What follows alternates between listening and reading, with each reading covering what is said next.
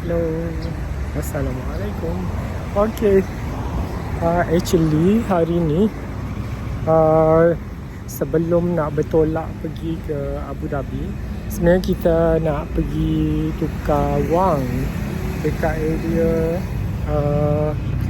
sebelum ni kita pernah tukar wang dekat area Masjid Jami, Sky Exchange. Tapi rupa-rupanya tadi banyak benda dah berubah ya. Dan 6 tahun dah perkara ini berlaku.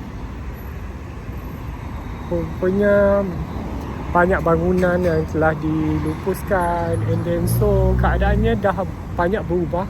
So AA pun rasa agak janggal dekat sini sebenarnya.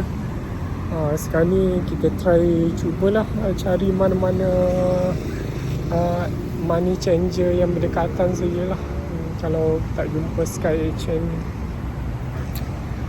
Okay, betapa pesatnya pembangunan dekat KL ni kan. Ni area apa? Panggung Bandaraya.